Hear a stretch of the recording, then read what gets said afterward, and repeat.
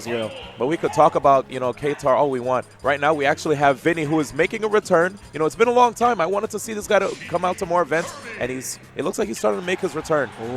He's fighting Kid Goggles. Yes. Oh, this should be fun. Oh, absolutely. Both of these players, I knew them from Brawl in the tri-state area, and it makes me very happy to see them still here. Wait, this better not be Turf. This better be, again, Button Checkville. Oh, okay. Wasn't there like a week where this stage was legal in Brawl? Yeah, then we had Plank, who played Meta Knight and just ran away from people. He literally just ran circles around his opponent, and that was just so bad. Oh man, I just remember being Olimar and you'd up smash someone 9 times in a row on the bottom in like this little kitchen area that Vinny's in right now. Yeah. Oh man, Brawl was good times. Yeah, definitely. This stage is beautiful though. I have to give props to Sakurai for actually going above and beyond with a lot of these stages, even though there might not be stages that are competitively viable from they sure are entertaining. Yeah, they are. Yeah, absolutely. There's something to marvel at, Right. Gamer is one of my favorite casual stages. I love just playing dumb games on Gamer, usually a free-for-all of some kind. But I do want to talk about this matchup a little bit because Sheik Kirby is super interesting if Kirby can get needles. If Kirby gets needles, then Kirby is the one who gets to camp Sheik, and that's just a weird look for Sheik. Sheik's looking there like, I can't just throw needles at you the entire time in neutral, because Kirby can crouch under needles. Exactly. And then throw his own in return volley. And it just makes for a super interesting dynamic in this matchup, if Kirby can get the inhale. Yeah, right now it looks like the way Vinny's playing, he's trying to be as careful as possible, except that one time actually leaving himself open to not only that down tilt, but also the up tilt. And remember, Kid Goggles took Mr. R to Game 5 last hit at, I believe it was Pound 2016. Yeah, Pound 2016, Kid Goggles was definitely popping off. That was a hype moment for him right there. But in the meantime, he's got Vinny in front of him here. He's looking to get some grab confirmed. We are on final destination. Oh, that read would have been so sweet to seal the stock for Vinny. One thing I really loved about Vinny, though, was his cancels with the needles. And you just saw it there.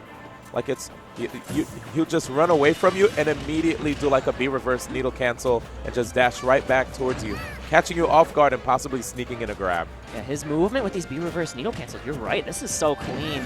And on a stage like Final Destination, it lets him play very tricky with that if he just stutter steps backwards and then mixes up his timings. And there we see Kirby crouching. He sees the needles are on point and he's trying to avoid them preemptively.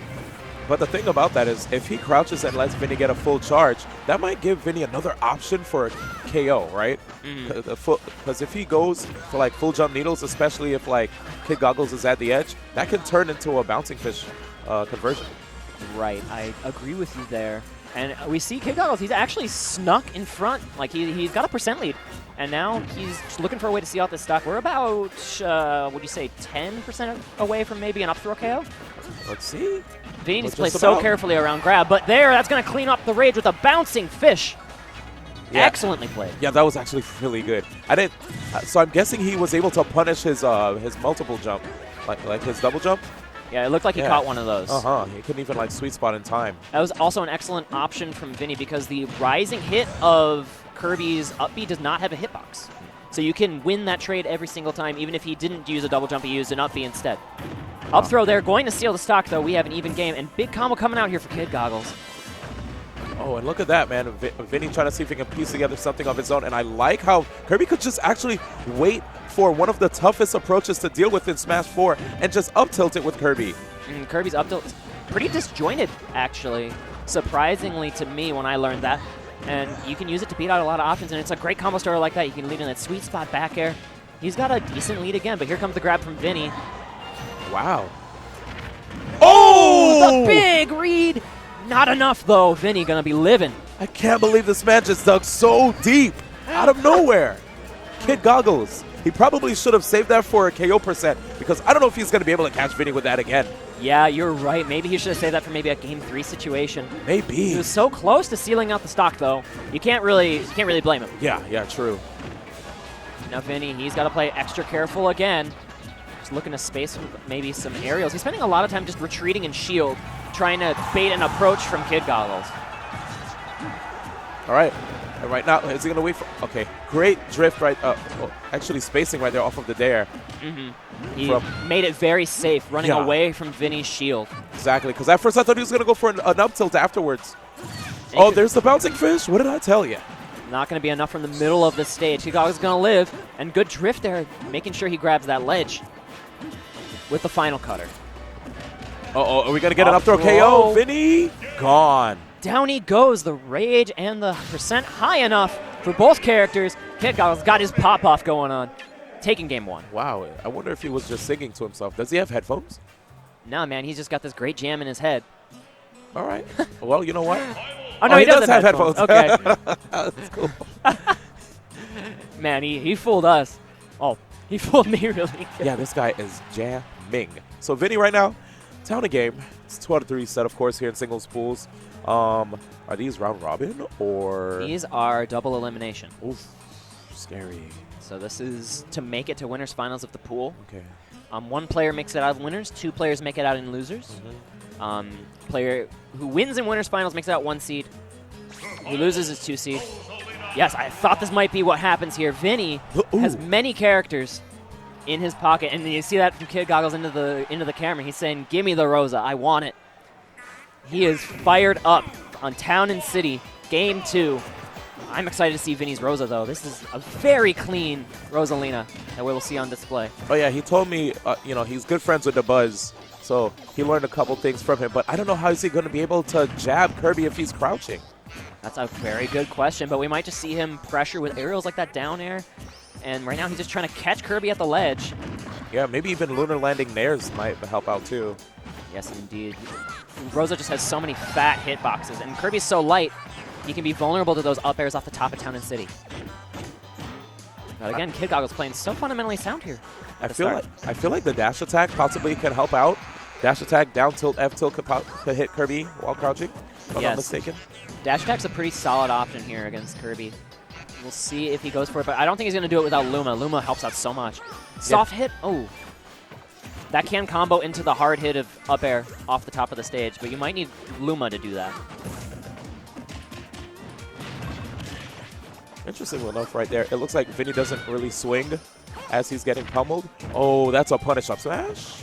There it is. He doesn't charge it at all, though, because I think the timing could have been mixed up by Kid-Goggles. Yeah, and it looked... Oh, the turnaround forward smash! He a stock away now. Crazy. He didn't... another thing, too, when Vinnie got that up smash, he didn't get the hit with Luma. No, he didn't. Yeah. You're right. That could have been the difference between life and death there for Kid-Goggles. Keeping that rage, getting that kill confirm off the down air, and now he's in good shape to take an upset on Vinnie. Okay, Vinnie trying his best to see if he can get a KO, but so far Kid-Goggles still holding on to this first stock to the best of his ability. If Vinnie wants to come back and win this game, he's just got to keep Kid-Goggles from landing like you saw in that exchange. Be able to get a lot of percent.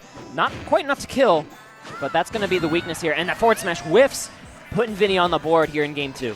Okay. Yeah, right there. Looked like Kid-Goggles just got a little bit too hungry with that F smash. I wonder if it would have even been a good option to opt for, knowing that, you know, Vinnie was just only in like low percents. Yeah, I'm wondering about that as well. He might have been going for a Luma kill, but it was just a lot to put on the line for a Luma kill, and he whiffed entirely. But right now we have Vinnie getting closer and closer to 100%. This is looking really scary, but this is Rosalina air dodge. Oh, watch out. Okay, he used his jumps to get out of there. Smart. If Vinnie overcommits, we also see the turnaround down B, but the down tilt, no trip. Kid-Goggles pops off. Oh my gosh. Kirby does it. Whoa, he is in his own world right now, taking the set 2-0 on Vinnie, going out of the lower bracket. Kid-Goggles making a statement. Wow, he is super pumped about that one, man. Oh my goodness. Yeah, congratulations to him. Definitely, you know, Vinnie might not be too happy about that, knowing that, you know, Kirby's placement on the tier list, whenever people lose to characters who aren't on the same tier as their character, sometimes they tend to not be as happy. You know, they might feel a little embarrassed. But Kid-Goggles has been taking some names. He showed his stuff. Yeah. He looked very solid the entire way through both games. Yeah. And those matchups are trickier than they look at first glance. Like I said, he actually never got the inhale onto Sheik, though. I would have liked to see that. Although if he were going for like a timeout, that might have been more of an option. Yeah. He definitely didn't want to opt for that. Instead, it looked like he wanted to focus more on using the up tilt to try to stuff any forward air approaches from Sheik. That worked out so well for him. He would just walk up to Vinnie, and first off, he would discourage any needles, right, by crouching. get up close to him, turn around, waited for the fares, up tilts. And I was like, oh my god, this is actually working out really well for him. And he changed his strategy in game 2 versus Rosalina by going for those down air kill confirms. And they're easier to land on the bigger hitbox of Rosalina. She has such a large dress that just floats in the wind. It's easy to hit with those confirms. Oh, is this the set we have next? Oh my.